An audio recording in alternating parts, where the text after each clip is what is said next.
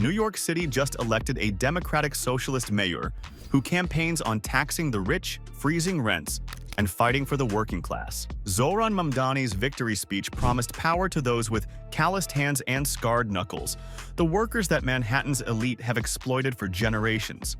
But here's what voters might not know. His mother is Oscar-nominated filmmaker Mira Nair, whose estimated $5 million net worth comes from decades making critically acclaimed films. His father is Mahmood Mamdani, Columbia University professor, earning up to $300,000 annually teaching post-colonial studies to Ivy League students. The family owns properties in New York, Uganda, and reportedly lists luxury Ugandan compound on Airbnb, despite Zohran's public opposition to short-term rentals. So here's the question nobody's asking loudly enough. Can someone raised in this world of film festivals, Columbia faculty housing, and international property portfolios authentically represent New York's struggling working class? Or is Zohran Mamdani's socialist revolution led by someone who's never actually experienced the economic insecurity he campaigns against? Today, we're following the money, from his parents' wealth to his own modest finances, from Chelsea condos to Ugandan estates, from Ivy League salaries to rent-stabilized apartments. This is the complete financial picture of America's youngest big city mayor in over a century, and the class contradictions that define his political rise. Stick around, because the reality is far more complicated than either his supporters or critics want to admit. The filmmaker's fortune, Mira Nair's $5 million career, estimated net worth, $5 million, career span, 40-plus year. Let's start with Zohran's mother, because understanding Mira Nair's success explains the world Zohran grew up in. Mira isn't just filmmaker, she's celebrated director whose debut film, Salaam Bombay, earned Academy Award nomination in 1988 when she was just 30 years old. Her work has screened at Cannes, Venice, and Toronto film festivals. She's won Golden Lion at Venice Film Festival for Monsoon Wedding, becoming first woman director to receive that honor. Warner Brothers offered her the fourth Harry Potter film, which she famously turned down to maintain artistic independence. Her estimated net worth sits around $5 million according to Fortune magazine, wealth accumulated through 4 decades of independent filmmaking, producing, directing fees, grants, and royalties from films that have grossed tens of millions globally. $5 million isn't Hollywood A-list money. Christopher Nolan or Martin Scorsese earn that per film. But for independent filmmaker, particularly one who prioritizes artistic integrity over commercial calculation, $5 million represents substantial success.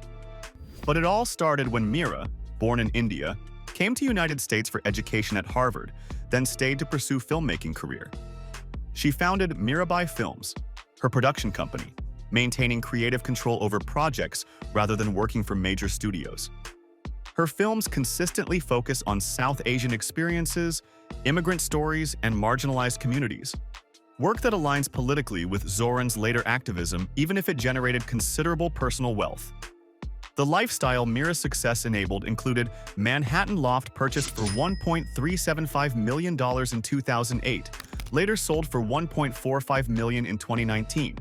Now valued at approximately $1.9 million. She maintains home in Uganda, where she founded Maisha Film Lab, non-profit teaching filmmaking to East African students. Reports suggest she owns $2 million Chelsea condo, though this hasn't been independently verified in all sources.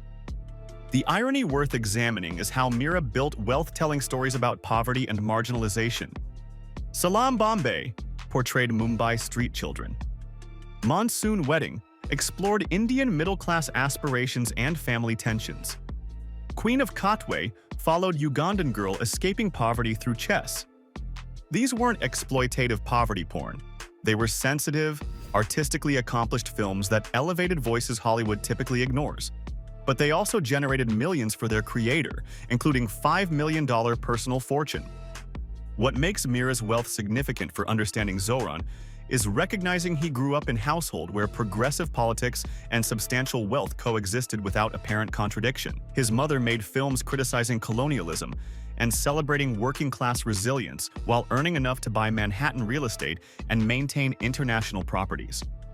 This wasn't hypocritical in her view, it was using art to challenge power while succeeding within capitalist system. Zohran absorbed these lessons from childhood, and while his mother built wealth through cinema, His father accumulated fortune through academia, Colombia's ivory tower, where radical theory meets six-figure salaries. The professor's privilege, Mahmood Mamdani's academic empire. Estimated annual salary, $200,000, $300,000. Position, Herbert Lehman, Professor of Government, Columbia University. Mahmood Mamdani isn't just professor. He's one of Columbia University's most celebrated scholars, holding endowed chair as Herbert Lehman Professor of Government while also teaching in anthropology and Middle Eastern, South Asian, and African Studies departments. His academic work focuses on colonialism's legacy in Africa, political violence, and post-colonial governance, subjects that position him as progressive intellectual critic of Western imperialism and capitalism.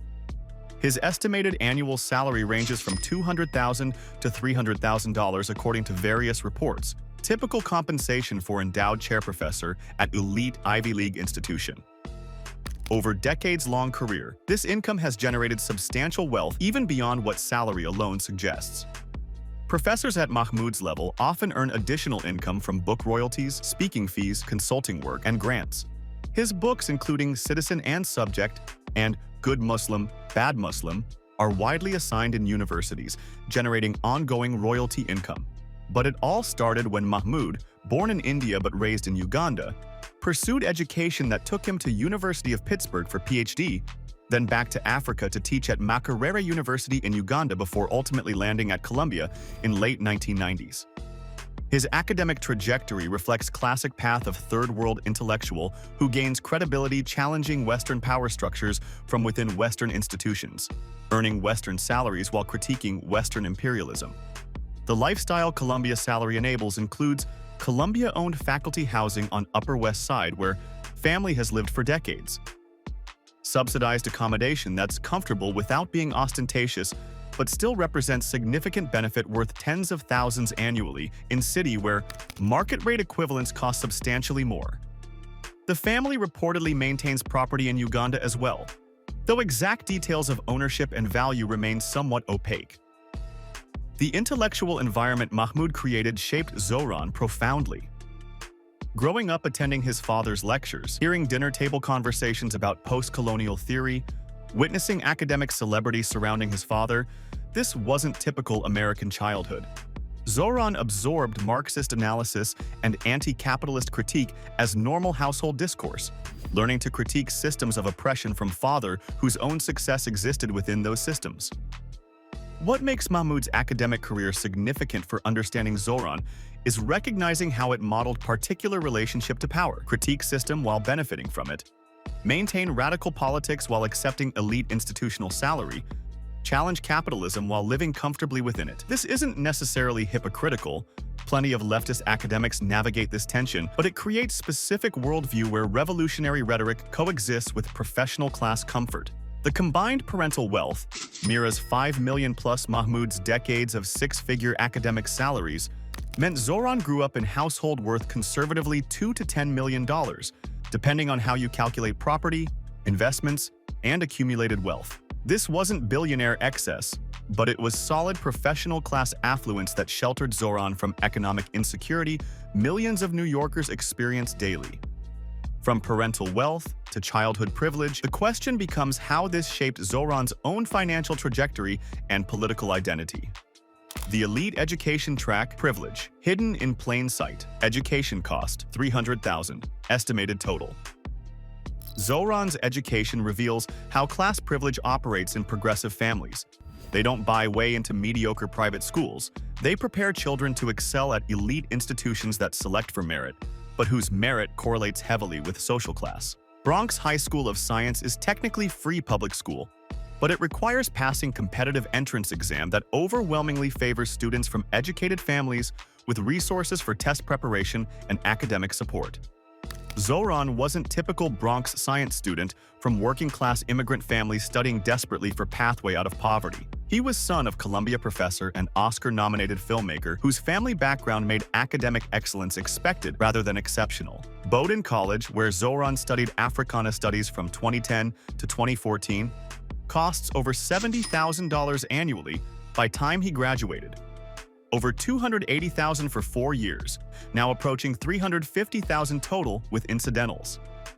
Bowdoin is an elite liberal arts college with under 10% acceptance rate, serving overwhelmingly wealthy student body despite progressive reputation and generous financial aid for admitted low-income students. Most Bowdoin students come from families earning over $200,000 annually. Exactly the professional class that Mira and Mahmood represent. But it all started when Zohran, educated in good New York public schools, with parents who understood how American education system works, prepared for specialized high school exam, excelled at Bronx science, then applied to selective colleges with support and guidance that working-class families rarely access. This wasn't nepotism in crude sense. Zohran earned his admissions through actual academic achievement. But he did so with advantages invisible to those who assume merit exists independently of class background. The student loan question reveals class privilege most clearly. Zohran's parents, with combined household income likely exceeding $300,000 annually during his college years, could have paid Bowdoin costs without borrowing. Whether they did or whether Zohran took loans remains unclear from public records, but family's financial position meant student debt, if any existed, wouldn't have crushed him like it destroys working-class graduates. This financial security enabled choices like pursuing rap career after graduation, rather than immediately seeking stable employment to service debt. What makes elite education significant for understanding Zohran's class contradictions is recognizing how progressive families transmit privilege. They don't buy admission to mediocre schools. They cultivate excellence that earns admission to elite institutions. They don't flaunt wealth vulgarly. They live in Columbia housing and send kids to public, albeit elite public, schools. They maintain appearance of middle-class normalcy while accessing advantages that separate them fundamentally from actual working class. Zohran benefited from this sophisticated form of privilege reproduction even as he developed politics critiquing privilege. From education privilege to post-graduation struggles, the question becomes whether Zohran's difficult 20s constitute working-class experience or temporary setback cushioned by family wealth. Before we continue examining Zohran's own finances, let me ask you something. Are you starting to see the complexity of class privilege disguised as progressive politics? If this analysis is revealing contradictions that mainstream coverage ignores, hit that like button and subscribe to the channel. Now, let's examine Zohran's own wealth and whether his struggling years actually meant financial insecurity. The struggling artist years. Was Zohran ever actually poor? 2014 to 2020, post-college period. Jobs, film set work, housing counselor, attempted rap career as young Cardamom. Question: did family wealth cushion this period? After graduating Bowdoin in 2014, Zohran entered what his supporters describe as struggling years that proved he understands working-class life. He worked on his mother's film sets in various crew positions. He pursued rap career under name Young Cardamom, releasing songs between 2015 and 2019 that generated roughly $1,000 annually in royalties, barely enough to cover month's groceries in New York. He worked as housing counselor helping families facing eviction navigate bureaucracy and find resources to avoid homelessness. This sounds like classic post-college uncertainty many young adults experience: unstable employment, artistic dreams that don't pan out, nonprofit work that pays poorly but feels meaningful. His supporters argue this period proves Zohran experienced economic insecurity that shaped authentic commitment to working-class struggles. He wasn't pursuing Wall Street career or consulting. He was trying to make art and help people, even when neither paid well. But it all started from position of security most struggling artists lack: safety net of family wealth. When young Cardamom's rap career failed to generate substantial income, Zohran didn't face eviction or hunger. When film set work was sporadic, he wasn't homeless. When housing counselor salary couldn't cover Manhattan rent, he somehow maintained New York residence without visible trust fund, but also without the desperation that forces actual poor artists to abandon creative dreams for survival jobs they hate. The critical question nobody can definitively answer from public records is how much family financial support Zohran received during these years. Did Mira and Mahmood help with rent? Did they provide health insurance? Did they cover expenses that allowed Zohran to work lower-paying, meaningful jobs rather than maximizing income? The lack of clear documentation isn't necessarily deceptive. Many families provide informal support without formal trusts. But it means we can't know whether Zohran's struggling was genuine precarity or cushioned experimentation enabled by parental wealth. Compare Zohran's 20s to actual working-class New Yorker in same period. Working-class artist who doesn't make money must work multiple exhausting jobs. Restaurant shifts, retail, gig economy, leaving little energy for creative work. They can't afford health insurance. They face eviction threats. They can't pursue housing counselor, job-paying nonprofit wages because their survival requires maximizing income every month. They definitely can't work occasionally on mother's film sets as backup income when other pursuits don't pan out. What makes the struggling years narrative problematic isn't that Zohran didn't work hard or that housing counselor job was easy. It's that his ability to pursue low-paying, meaningful work likely depended on family wealth cushioning downside risk in ways working-class people never experience.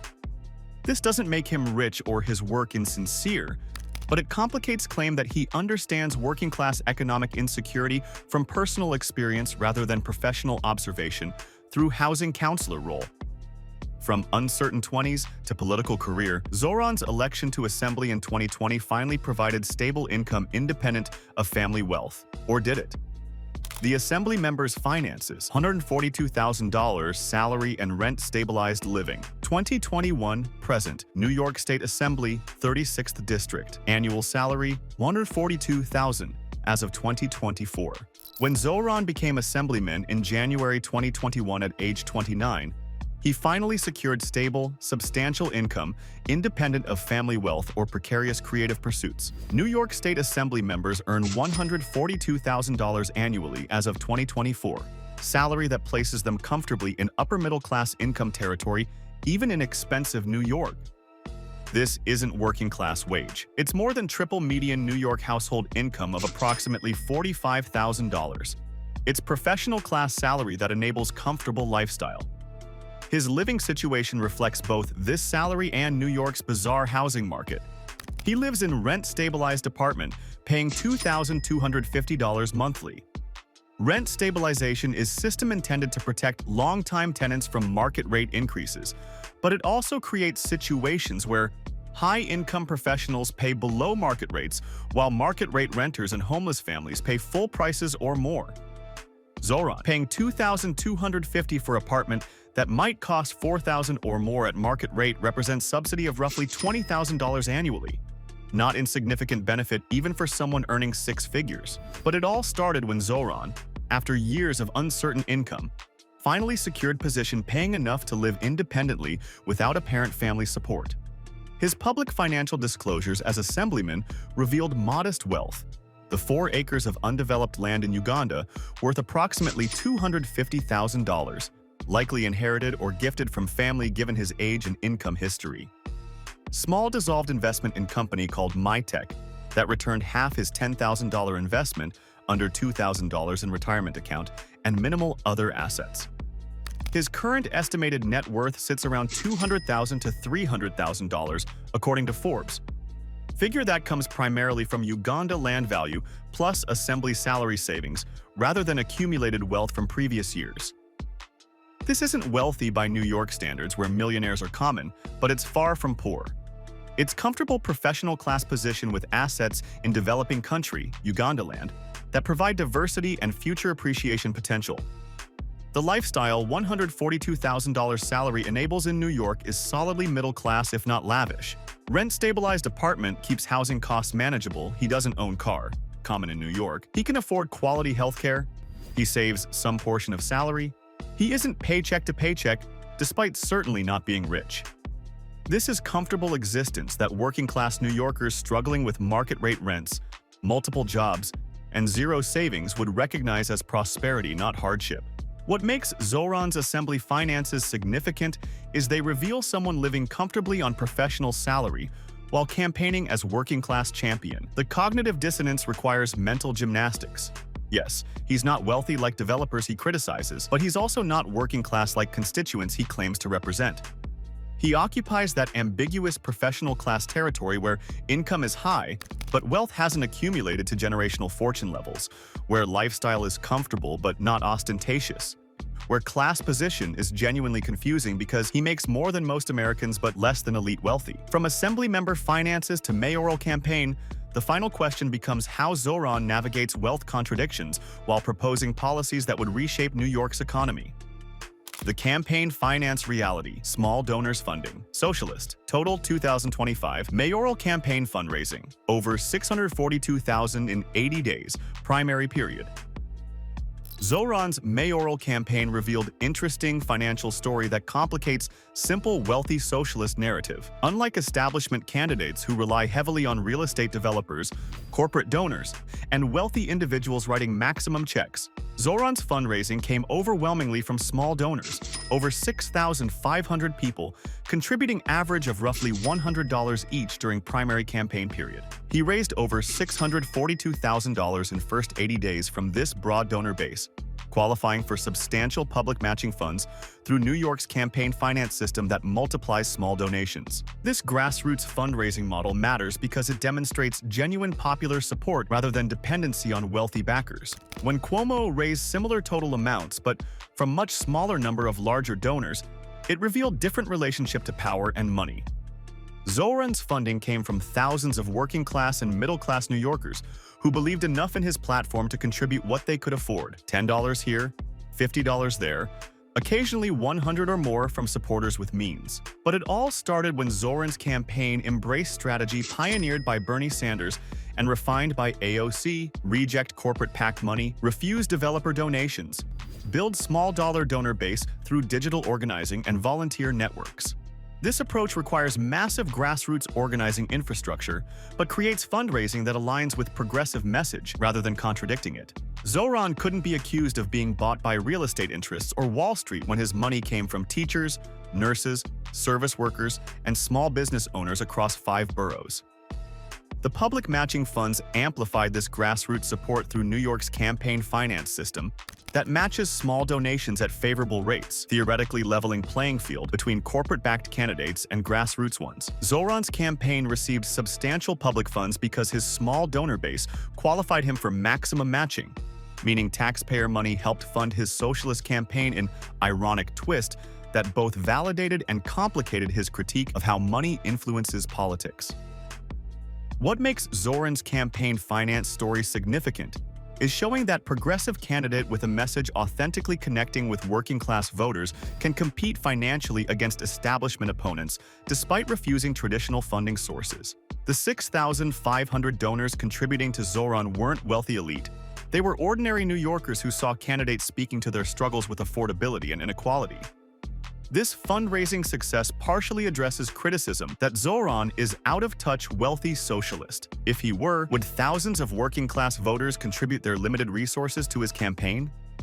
From campaign finance to governing challenges, the final question becomes whether Zohran's class background and family wealth will help or hinder his ability to deliver on promises to working-class New Yorkers who elected him. The governance challenge. Can wealthy socialists deliver for working class? Mayoral salary, $260,000 annually, starting January 2026. Platform, free buses, rent freeze, $200,000, affordable housing units, $30 minimum wage by 2030. When Zohran takes office January 1, 2026, his annual salary jumps from $142,000 as assemblyman to approximately $260,000 as mayor, substantial raise that will finally push him solidly into upper-middle-class income territory. Combined with his modest accumulated wealth, this salary means Zohran will govern from a position of financial comfort while implementing policies supposedly benefiting the working class he claims to represent. His platform promises are ambitious to the point of seeming fantastical to fiscal experts. Free buses would eliminate roughly $600 million in annual fare revenue. Rent freeze on million-plus rent-stabilized apartments would eliminate annual increases worth hundreds of millions to landlords while potentially reducing property tax revenue. Building 200,000 affordable housing units would cost tens of billions that the city doesn't have. $30 minimum wage by 2030 would more than double the current $15 rate, with unknown economic consequences. Comprehensive tax increases on wealthy individuals and corporations supposedly pay for this, but economic modeling suggests revenues wouldn't cover costs. But it all started when Zohran ran a campaign promising transformative change rather than incremental reform, betting that New Yorkers frustrated with the affordability crisis and inequality would vote for a candidate offering bold vision even if fiscal path remained unclear. His victory proved that bet correct. Over 50% of voters chose the socialist, promising free transit and rent freezes over moderate candidates warning of fiscal responsibility and economic consequences. The challenge Zohran now faces is governing, translating campaign promises into actual policy while navigating budget realities, state and federal constraints, business opposition, landlord lawsuits, and entrenched interests defending status quo. His family wealth and elite education might actually help here rather than hinder. He understands how power works because he grew up adjacent to it. He knows how to navigate elite institutions because Columbia was his family's world. He speaks the language of educated professionals who staff city agencies because that's his class background. The irony worth noting is that Zohran's class privilege might make him a more effective socialist mayor than a pure working-class candidate would be. A working-class person elected mayor would face a learning curve navigating bureaucracy, managing billion-dollar budgets, negotiating with corporate interest, and commanding Ivy League-educated commissioners and department heads. Zohran enters office understanding these systems because he grew up around them, even if he now seeks to transform them.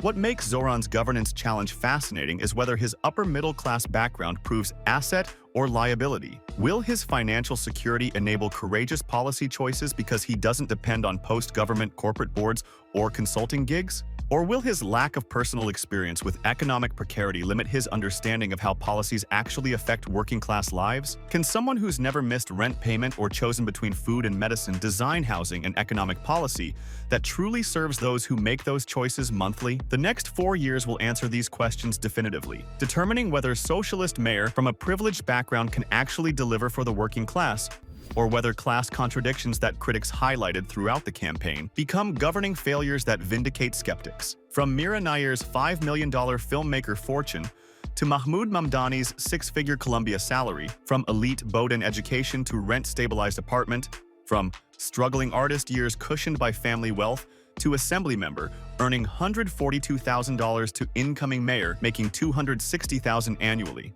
Zohran Mamdani's financial story is neither simple hypocrisy nor pure working-class authenticity.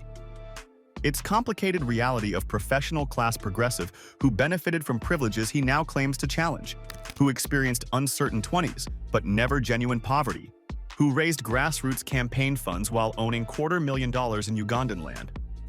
The question isn't whether Zohran is rich in billionaire sense, he clearly isn't. It's whether someone from his background can authentically understand and represent working-class struggles he never personally experienced. His supporters argue that privilege doesn't disqualify commitment to justice and that his housing counselor work gave him direct exposure to inequality. His critics counter that no amount of professional observation substitutes for personal experience of economic precarity and that his family wealth fundamentally separates him from people he claims to champion. The truth likely sits uncomfortably between these positions. Zohran isn't hypocrite. He genuinely believes in politics he advocates, but he also isn't working-class hero risen from poverty to challenge elite power.